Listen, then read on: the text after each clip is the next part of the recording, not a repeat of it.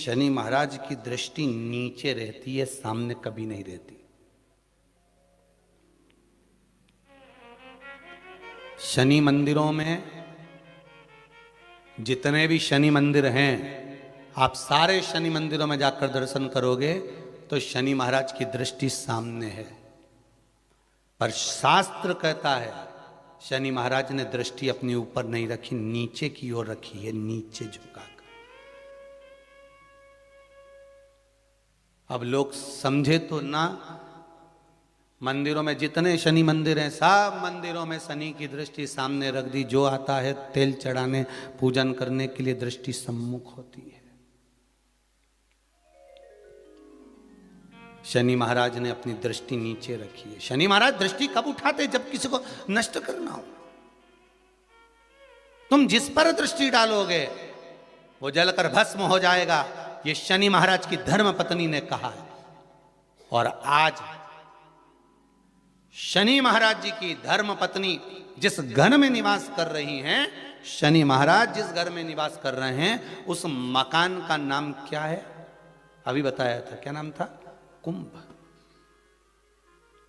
अपने भी मकान का नाम होता है ना, कोई ने पितृ कृपा लिख देता है, कोई गुरु कृपा लिख देता है, कोई देव कृपा लिख देता है, कोई लक्ष्मी कृपा लिख देता है, कोई अपने पिताजी का नाम से लिख देता है। मकान का नाम लोग रख देते हैं, ये हमारे मकान का नाम। तो शनि महाराज के घर का नाम था कुंभ। उस कुंभ मकान में शनि महाराज रह रहे थे, पिताजी का आगमन हो गया। बहुत ध्यान से सुनना, ये मकर संक्रांति की कथा है।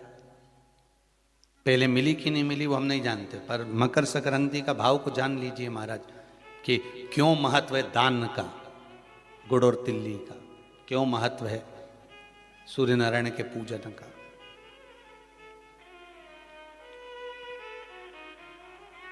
नारायण ने बोला, लक्ष्मी आज शनिवार का दिन है, जिस दिन अपन इस दरिद्रता से मिलने के लिए पीपल के पेड़ के नीचे आए हैं।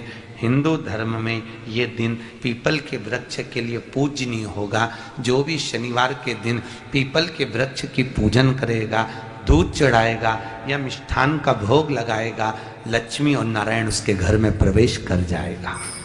लक्ष्मी और नारायण उसके घर में प्रवेश करेगा, इसलिए नियम बनाया। कौन से दिन का? शनिवार। लक्ष्मी जी बोली, नारायण आपने तो एक दिन का वार लिख दिया। शंकर जी ने 7 वार बनाए हैं, रविवार, सोमवार, मंगल, बुध, गुरु, शुक्र और शनि। ये शिव जी ने बनाए। अब एक दिन आपने अपना बना लिया, बाकी के दिन अगर कोई इस पीपल के वृक्ष के नीचे आएगा और यहां तो दरिद्रता बैठी है, तो उसका क्या होगा? भगवान नारायण बोले, सुन दरिद्रता, तेरे से एक विनती है, अगर कोई भी मनुष्य इस पीपल के पेड़ के नीचे अगर 7 दिन में आता है और उसके हाथ में अगर कोई सामग्री होती है तो तू उसके घर में प्रवेश नहीं करेगी। नियम है पीपल के वृक्ष का, या तो पानी का लोटा लेकर जाओ, कुंकू का चोपड़ा लेकर जाओ, शक्कर लेकर जाओ, या पेड़ के नीचे चींटी को डालने के लिए आटा ले जाओ, पर खाली हाथ पीपल के वृक्ष के नीचे कभी मत जाओ, कभी नहीं जाओ। खाली हाथ जाओगे तो दरिद्रता तुम्हारे घर में प्रवेश करेगी। दरिद्रता उठकर खड़ी होकर बोली, नारायण तुमने अपनी मनमानी करी है, एक दिन मुझे भी मेरा चाहिए। भगवान ने कहा, बोल कौन सा दिन चाहिए? दरिद्रता कहती है, रविवार के दिन इस पीपल के वृक्ष के नीचे मैं दिन भर नृत्य करूं, इसमें रहूं, और जो यहां आए रविवार को मैं उसके घर में प्रवेश करूं। भगवान ने कहा, ठीक है। दरिद्रता, रविवार का दिन एक ऐसा दिन रहेगा जिस दिन तू इस पीपल के वृक्ष के नीचे नृत्य करेगी, और जो आएगा इस पीपल के वृक्ष के नीचे तो उसके साथ प्रवेश करेगी। मैंने तुझे वर दिया। इसलिए हमारे यहाँ केवल पीपल का वृक्ष अगर दीवार में भी लग जाता है ना, किसी की फैक्ट्री की दीवार में, किसी के घर की दीवार में पीपल का वृक्ष अगर लग जाता है, पीपल का पौधा लग जाता है, उसको कितना भी तोड़ लो वो वापिस लग जाएगा। फिर तोड़ोगे फिर लग जाएगा। अगर पीपल के पौधे को तोड़ना है तो केवल रविवार का दिन एक नींबू, एक मिर्ची और बमूल का कांटा, ये 3 चीजें रखने के बाद में आधे घंटे बाद रविवार के दिन पीपल के पेड़ को उखाड़ कर फेंक दो। दूसरी बार कभी पीपल दीवार में लगता ही नहीं है, कभी नहीं लग सकता, केवल एक बार। घर में दीवानों पर अगर पीपल लग भी गया है, इसलिए पीपल के वृक्ष को उखाड़ने का, अगर घर में पीपल लगा हुआ है या पीपल का पौधा हमारे घर में लग गया, उसको उतारना, निकालना, लगाना, तो पीपल के वृक्ष को अगर निकाला जाता है तो रविवार के दिन, और अगर पीपल के वृक्ष को कहीं लगाया जाता है तो सोमवार के दिन या मंगलवार के दिन, बुधवार के दिन, इन दिनों में लगा सकते पीपल के वृक्ष कहीं लगाना।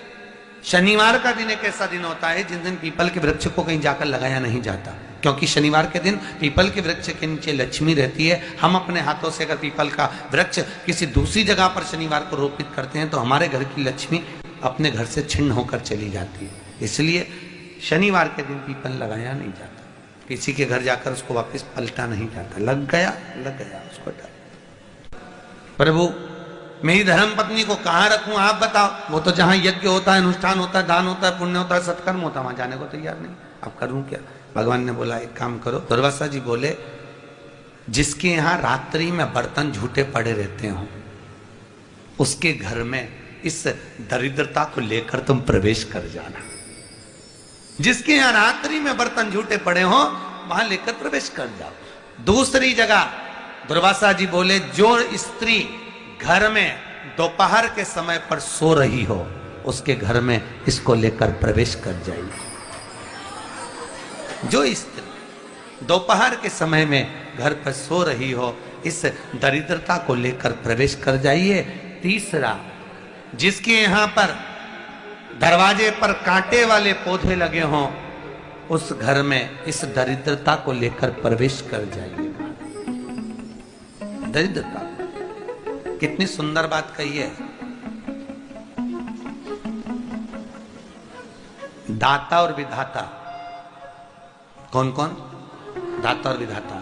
लक्ष्मी और दरिद्रता के सगे भाई हैं। कौन कौन? दाता और विधाता। दाता को फिटकरी प्रिय है, विधाता को नमक प्रिय है। ये दोनों हमेशा लक्ष्मी को और दरिद्रता को दोनों को समझाते थे, दोनों में प्रेम बढ़ाते थे। आज भी हिंदू धर्म की रीति है। यहां तो ठीक है, जिसके यहां पर भी अगर थोड़ी सी भी परेशानी होती है, थोड़ा सा क्लेश होता है, अशांति होती है, लक्ष्मी नहीं टिक रही हो, काम नहीं बन रहे हो, बहुत प्रयास करा जा रहा हो और हमारा कार्य नहीं होता, तो क्या करते हैं? फिटकरी और नमक को पानी में डाल देते हैं और घर में पोछा लगा देते हैं। आप लोगों ने आजकल फेसबुक पे भी पढ़ा होगा, व्हाट्सएप पे भी पढ़ा होगा। तो क्यों लिखा उसमें? उसका कारण ही केवल ये है कि दाता और विधाता की प्रियता उसमें। माता ख्याति के जो 4 बच्चे हुए इसमें जो 2 लड़के हैं, दाता और विधाता, उसकी प्रियता उसकी पूर्णता उसमें। अब दुर्वासा जी बोले अपनी धर्म पत्नी को वहां लेकर, जहां कांटेदार पौधे लगे हों वहां पर लेकर प्रवेश कर जाइए। कांटेदार पौधों में उस दरिद्रता का निवास हो गया। कितना विचित्र कथा यहां वर्णन करी है। श्रीमद् भागवत के अंतर्गत जो वर्णन किया कि मृत्यु निश्चित है। और शनि महाराज का भी पांव टूट गया था। टूटा था कि नहीं टूटा था? जो अपनी माता संध्या को लात मारी थी, शनि महाराज ने लात मारी तो पांव टूट गया। शनि महाराज की आंख में आंसू। देवर्षि नारद के पास है, नारद जी मेरा पांव टूट गया, मैंने अपनी मां को लात मारी। नारद जी बोले तू तो द्रोषी है, तूने अपनी माता को लात क्यों मारी? कुछ करिए। कोई देवता नहीं अपनाया। तब भगवान नारद जी ने कहा शंकर जी के शिवलिंग की स्थापना कर, उसकी पूजन कर। जहां काशी विश्वनाथ के मंदिर आप लोग जाते हो, जिस विश्वनाथ का दर्शन करते हो, ये काशी का विश्वनाथ का प्राण प्रतिष्ठा शनि महाराज ने करी थी।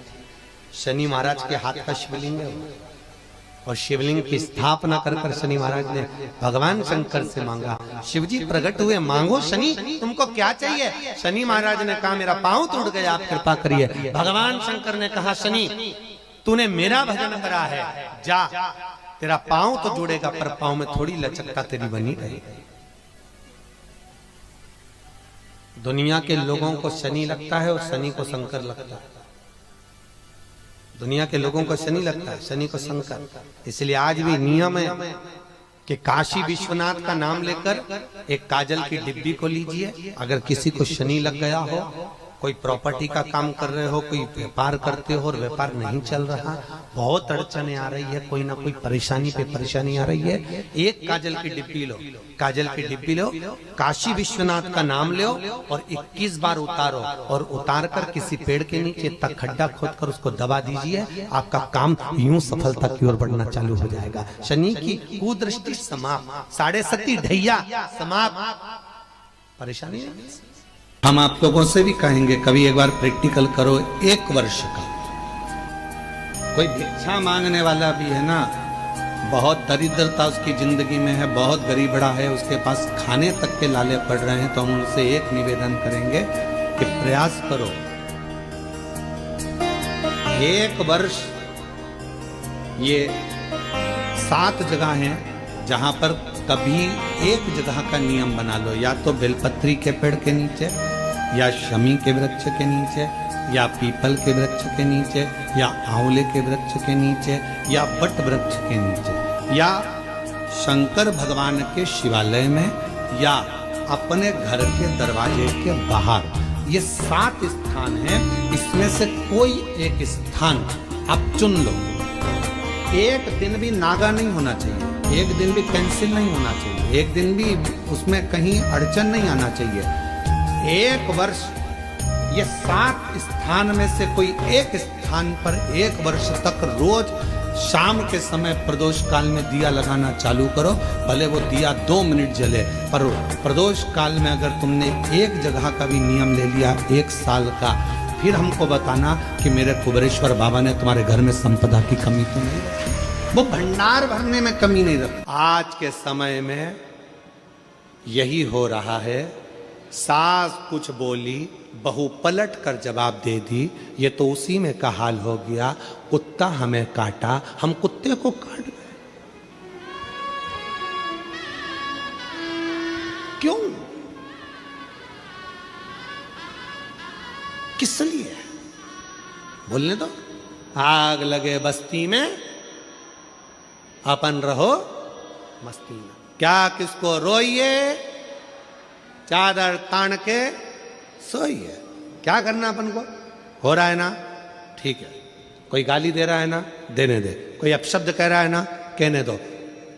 ध्यान देना, जिस पर दुनिया हंसी है उसी ने भारत का इतिहास रचा है, उसी ने भारत का इतिहास रचा है।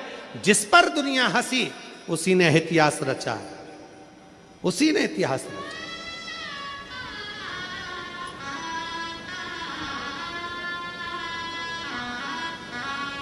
कितना कहते हैं माननीय प्रधानमंत्री जी को, नरेंद्र भाई मोदी जी को, कितना कितना कहते हैं, लोग हंसते, इन्होंने चाय का किया तो इन्होंने ये किया। माननीय उत्तर प्रदेश के मुख्यमंत्री योगी जी को कितना कहते हैं, ये तो बाबा जी हैं, ये तो ये कितना। तो जिस पर दुनिया हंसी है इतिहास उसी ने रचा है। हंसो, कितना हंसो। और याद रखना मेरी बेटियों, मेरे बेटाओं, मेरे नवयुवक बच्चा बच्ची, इस बात का ध्यान रखना, तुम्हारे दोस्त तुम पर हंसते हैं, ये पढ़ नहीं सकता, इसको कुछ याद नहीं रहता, ट्यूशन में फेल है, ये बच्चा ऐसा है, ये बच्चा वैसा है। घबराना नहीं। मेरा परमात्मा अगर संसार में जन्म दिया है, तुम कितने भी फेल हो जाओ, पर तुम्हें परमात्मा ने एक ना एक हुनर ऐसा दिया है, अगर तुमने उस हुनर को निखार लिया तो एक दिन तुम भी इतिहास रच कर मानोगे, ये निश्चित है। क्यों घबराना? किस लिए घबराना? जिस पर दुनिया हंसी है, खूब हंसते हैं लोग, हंसने का काम है, ताना देने का काम है दुनिया का, पर घबराना नहीं।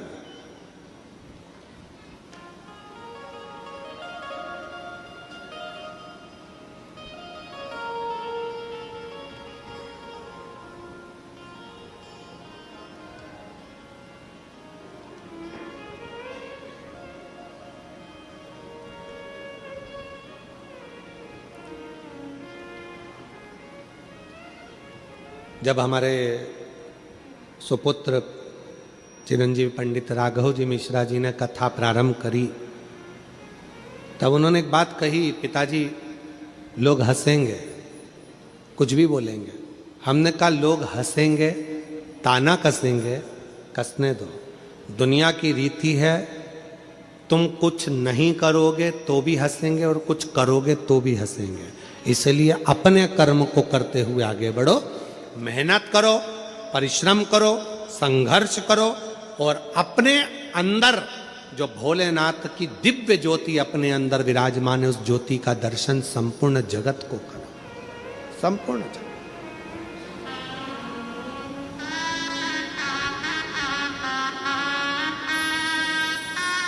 संपूर्ण जगत महाराज। और जब उस ज्योति का दर्शन संपूर्ण जगत करेगा तो हंसने पर भी, ताना कसने पर भी वो शिव संभाल लेगा, वो ओघड़दानी संभालेगा। मेरी नवयुवक बेटियों को, मेरे नवयुवक बेटाओं को, मेरी बेटियों को, मेरी जीजियों को, मेरे जीजाओं को, कई बेटियां कहती हमारी शादी हो गई, अब हम पढ़ाई करें तो कैसे करें, हमारी शादी हो गई, अब हम बच्चों को संभालें कि हम विद्याध्ययन करें, हमारी शादी हो गई, अब हमको नौकरी नहीं लग सकती। कौन कहता है नौकरी नहीं लग सकती? कौन कहता है कि तुम पढ़ाई नहीं कर सकते? भले शादी हो जाए, ब्याह हो जाए। कई बेटे कहते हैं अब तो हम परिवार में फंस गए गुरुजी, अब तो बच्चों के लिए कुछ ना कुछ करना पड़ेगा, अब क्या हम पढ़ाई करेंगे? करो, अभी तुम में वो बल है, अभी तुम में वो एनर्जी है, अभी से हार गए हिम्मत, खूब मेहनत करो। कैसे नहीं फल मिलेगा?